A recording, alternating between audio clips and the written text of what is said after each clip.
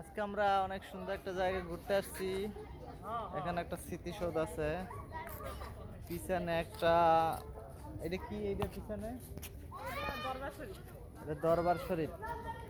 কিন্তু দরবার শরীফটা সুন্দর আছে। সাপান কই?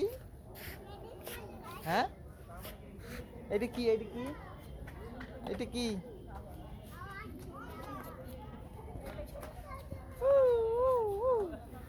সুন্দর।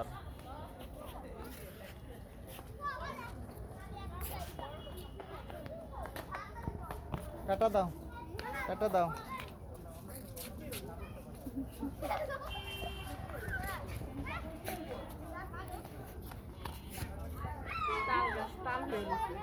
অনেক তাল, আমরা এই তালগুলো পাইরে নিব।